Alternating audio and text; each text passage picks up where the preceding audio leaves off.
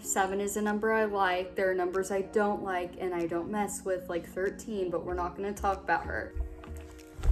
Oh, God.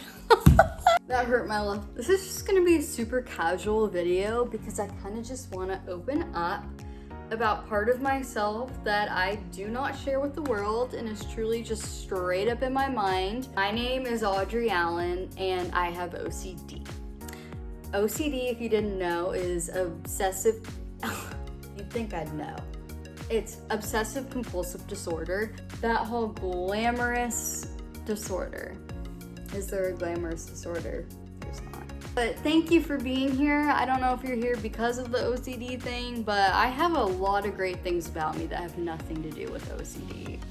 Like really. But thank you for being here, and I want you to know you're loved. You're loved by me at the very least, and that you're so welcome, and let's just be friends. Okay? Please? Like, I don't have that many. So thank you for being here, and I want you to know you're part of my family now. And I care about you, and I always will care about you. So if you need anything, please reach out. The earliest memory I have of my OCD is 4th grade. When that happened, I remember that I just felt this need to proportion my steps to that segment of the wall I was walking like parallel to.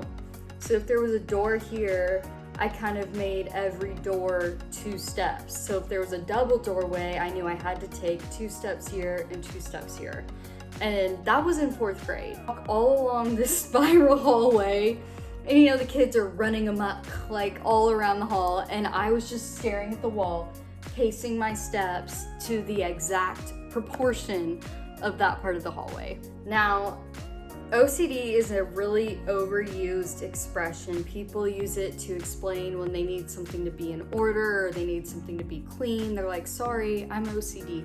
And that may be kind of related to OCD, but some of us are actually like diagnosed with it, meaning that we can't control it. It's not just certain circumstances or certain tics. It's our entire lives. And we do have tics, but it's just, you know what I'm saying?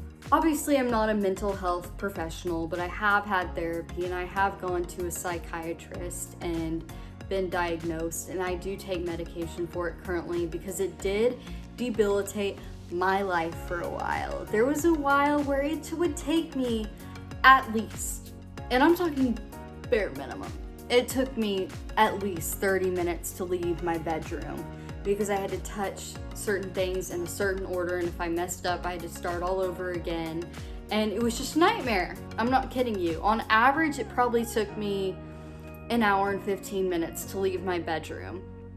This was at the height of my anxiety. If you saw my last video, it was when I had a panic attack. This was when I was my most anxious. It was also when my OCD was at its peak. Anywho, there are certain tics I have and certain things I have to do because of my OCD.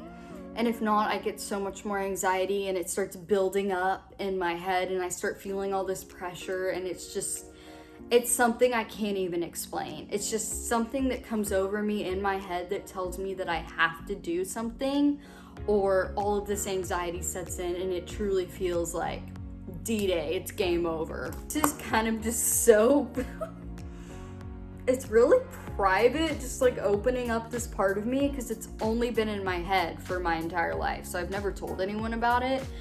But there are things that I have to do that no one really notices because I try to make them low-key when I'm in public or around people that I know and love. If I touch an object, I have to touch it with my right hand first, and then my left hand, and then my right hand. And when I'm touching with each individual hand, I have to do my fingers in a certain order.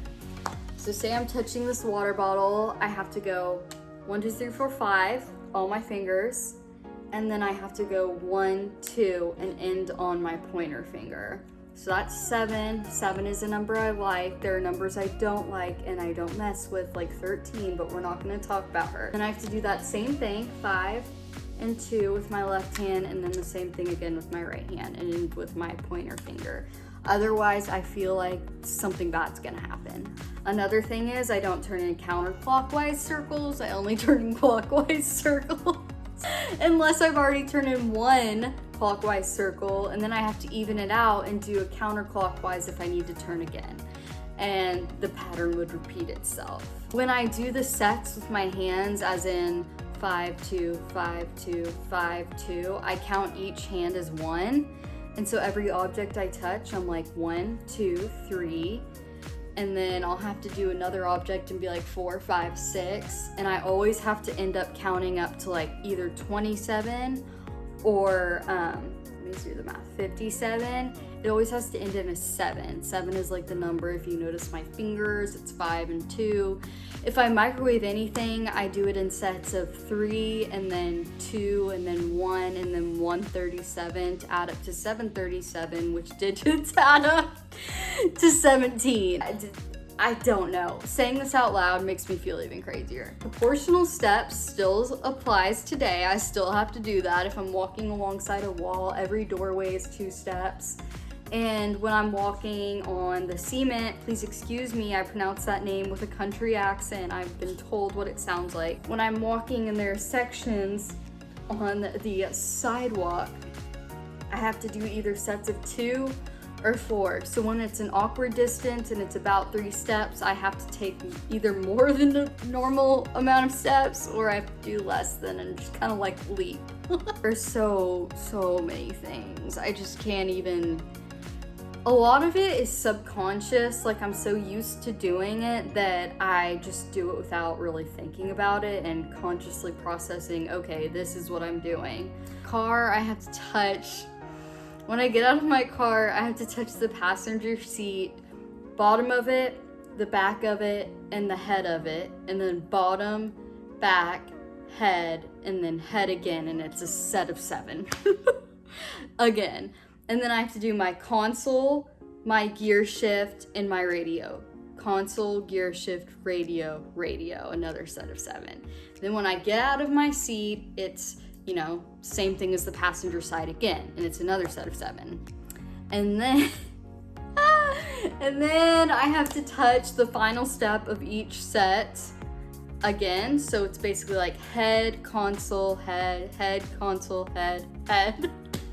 And it's another 7! Surprise, surprise! Next thing you know, I'm gonna pop out another set and it's gonna be like 11. And you're just gonna be completely caught off guard. I could count through all of the numbers 1 through 100 and tell you which ones I like and which ones I'm okay with and which ones I don't like and drive me crazy. And there's a reason for every single number. Pretty much everything I do takes me longer than the average Joanna. I have to go through so many things in my head when I do any simple activity that the average person doesn't go through. And it's such a normal thing to me now. It's hard for me to imagine a life without it. Just taking a shower, getting out of bed, getting dressed. Oh, getting dressed is a big one. Going to the bathroom. Like all of these things, before I can finish the activity, I have to do a whole roll of activity. Getting dressed is huge because I have to do my sets after everything I touch while getting dressed. Yeah, it's a lot. Walking my dog, I have to be watching what I'm touching and my steps. Yeah, it's just a lot. And I know it probably sounds crazy to anyone besides my girlfriend in my head. Like the girl that's doing all of this is the only one that thinks it's normal and understands it, and the other person doesn't. And that's how it is for every single OCD person. No thing that we do is the same exact as another person with OCD. It's all different. It's not one size fits all. It's truly just it's an individual battle. It's every man in there for themselves. So I never knew that anyone noticed that I did these things until my dad. And him and I were about to get in the car. We were walking in a parking lot and I dropped my phone. I've been over to pick it up and I had to do a set with my hands. 5, 2, 5, 2, 5, 2, you know, on the concrete because I touched it. And I looked up and realized my dad was watching me. And I was like, oh, sorry, I just dropped my phone. And he's like, Audrey, I know you're OCD. I know what you're doing. That was a big plot twist. I didn't know anyone had ever noticed what I was doing. Honestly, I was embarrassed at first, and then I was kind of relieved that someone else understood and knew what I was dealing with and kind of got it that this was something I was going through and I wasn't in it alone. If you're out there and you have OCD and no one else knows about it yet and it's not diagnosed, just don't be afraid to tell people or open up to someone about it, especially a therapist, psychiatrist. They can help you, and medicine does help. I can tell you that for a fact. My anxiety medicine calmed down my tendencies.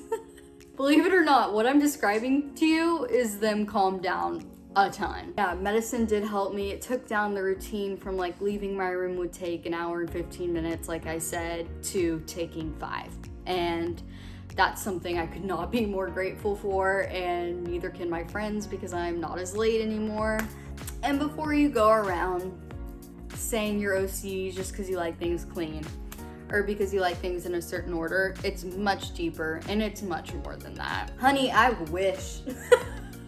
I wish I just like things clean or in a certain order. It's not just that, it's so much more. I still do have to have things in a certain order, and if people move things, if people move things in my room, I actually have panic in me.